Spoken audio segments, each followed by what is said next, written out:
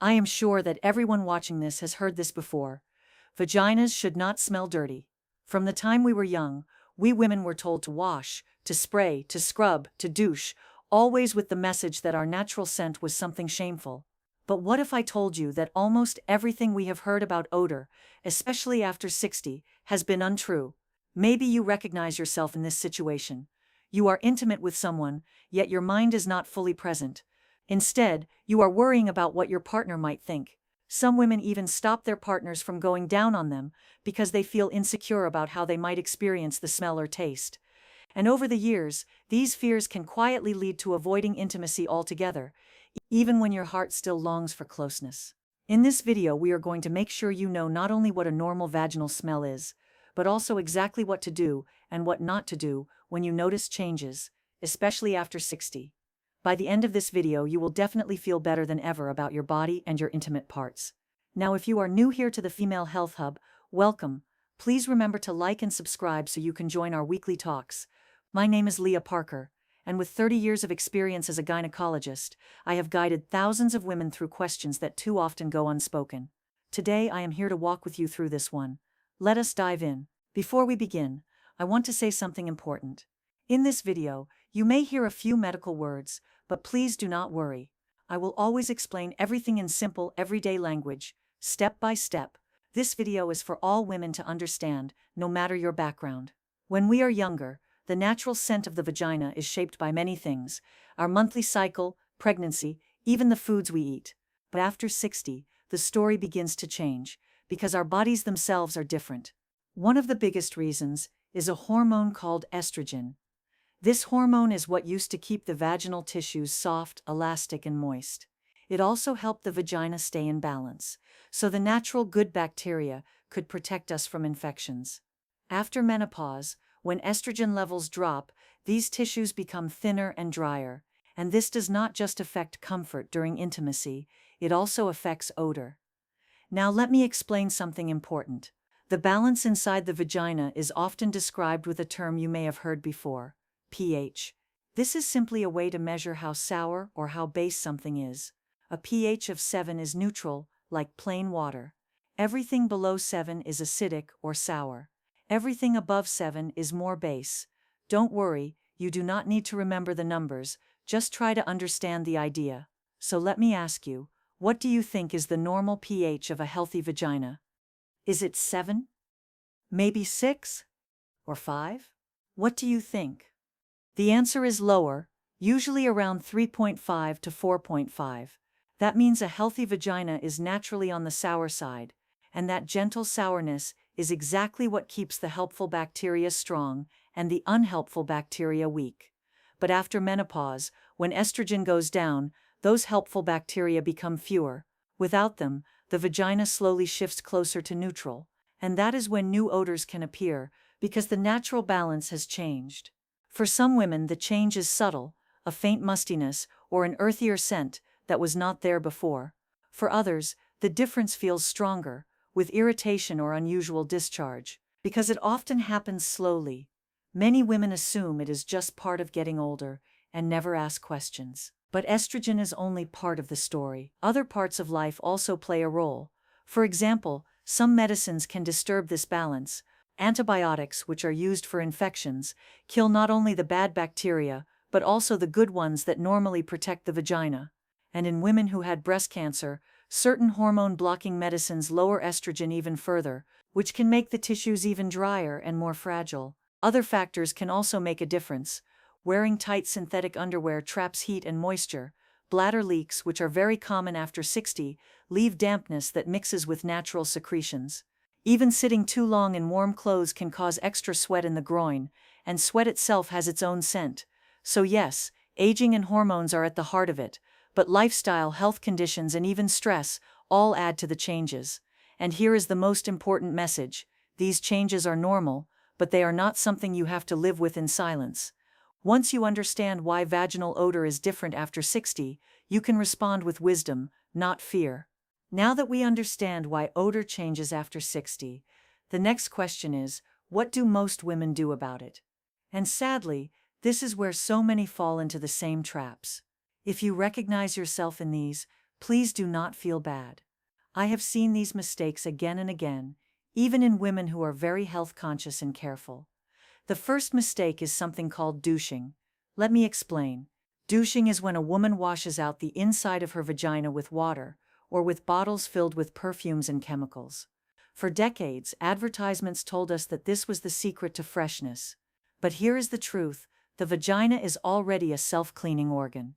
It has its own perfect system to keep balance. When you wash it out, you are not cleaning, you are removing the good bacteria that protect you. And once those are gone, infections and stronger odors can appear. The second mistake is using scented products such as sprays, powders, or so-called feminine washes. Many women reach for these because they are embarrassed and just want the smell covered up. But these products only mask the odor for a short time. Underneath, they disturb the natural balance, and that often makes the odor worse over time. Another mistake is ignoring odor completely. Some women think, well, I am older now, maybe this is just how it is. But that is not always the case. A sudden or very strong odor, especially if it comes with itching, burning, or unusual discharge, can be a sign that your body needs medical attention. There are also risky home remedies that spread quickly on the internet or by word of mouth. Things like inserting garlic, bathing in apple cider vinegar, or using so-called herbal pearls. These sound harmless, but they are not. I have seen women come into my clinic with painful burns or infections after trying them. And finally, one of the most common mistakes is silence. Too many women keep their worries hidden, never speaking about them with their partner, their friends, or even their doctor. This silence keeps women isolated, when in fact safe and effective solutions are available. Here is the encouraging part: all of these mistakes come from the same place, a woman's wish to feel clean, comfortable, and confident. Once you know the truth about what helps and what harms, you can stop the quick fixes and start choosing what actually supports your body. One of the most powerful steps in finding peace with your body is learning the difference between what is normal and what may be a sign to seek help. Because here is the truth: not every odor is a problem. Some are simply part of your body's natural chemistry. Let me share a story. A woman once came to me, worried that her vagina had started to smell different after menopause. She described it as a faint, tangy scent that was new to her. She tried showering more often, changing her underwear brand, even adjusting her diet. But the scent stayed. When I explained that this was the normal smell created by the healthy bacteria protecting her vagina, she burst into tears of relief. For months she had carried shame, when in fact her body was working exactly as it should.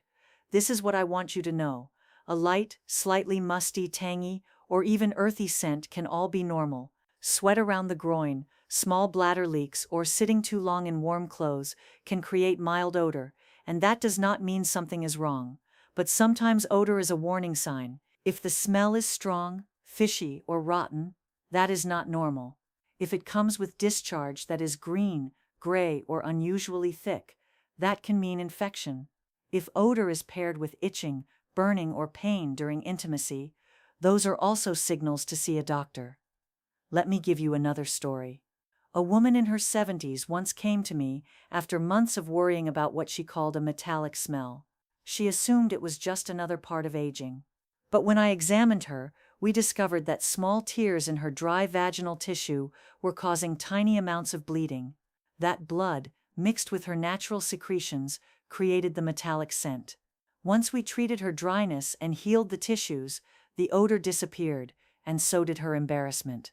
So here is the key message: odor itself is not the enemy, it is a message. Sometimes it is telling you that everything is healthy and balanced. Other times, it is warning you that something needs care.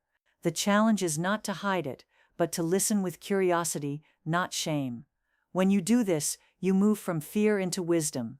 Now that we know the difference between normal odor and when to seek help, let us talk about what truly works to keep you feeling fresh and comfortable after 60 without harsh chemicals or risky quick fixes. The first and most powerful step is restoring moisture.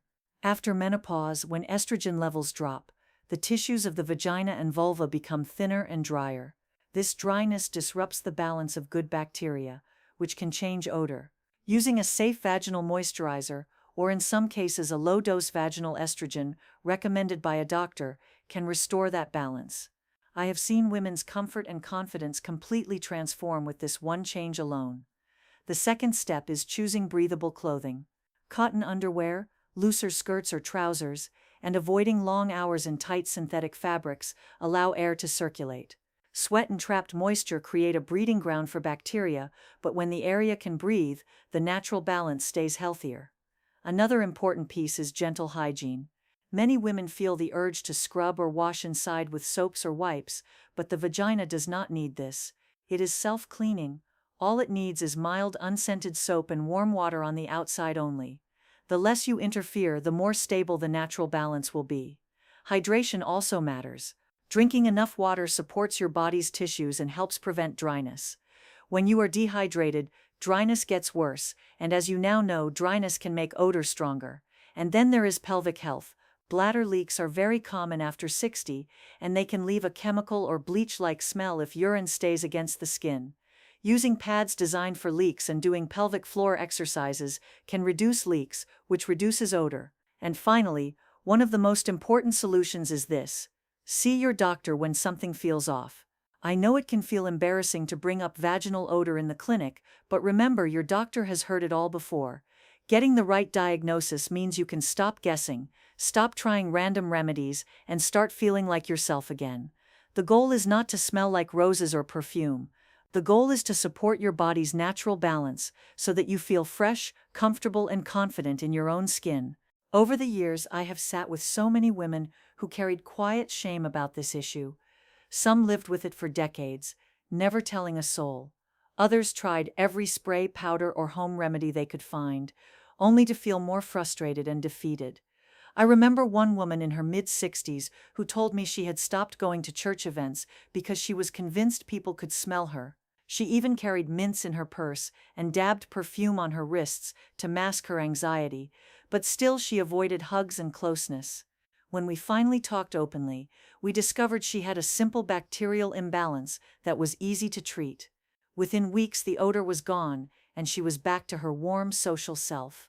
She later told me, "I wasted years hiding when all I needed was to ask for help."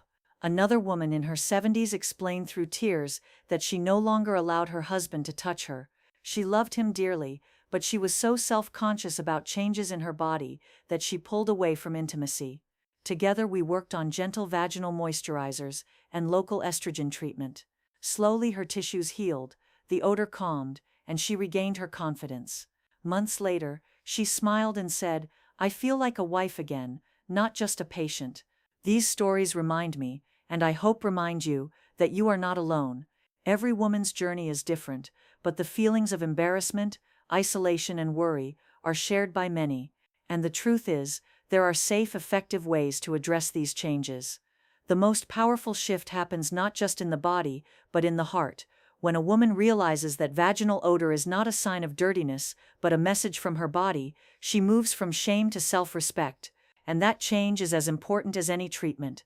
So if you have noticed changes in your body, if odor has left you feeling embarrassed, uncertain, or even isolated, please remember this: you are not alone, and you do not need to suffer in silence. Vaginal odor after 60 is common, it has clear reasons, and most importantly, it has gentle, safe solutions. What I want for you is freedom. Freedom from sprays and powders that never truly help. Freedom from myths and quick fixes that only bring disappointment. And freedom from the shame that keeps too many women quiet. Here in this community, we speak openly about the parts of health that others often whisper about.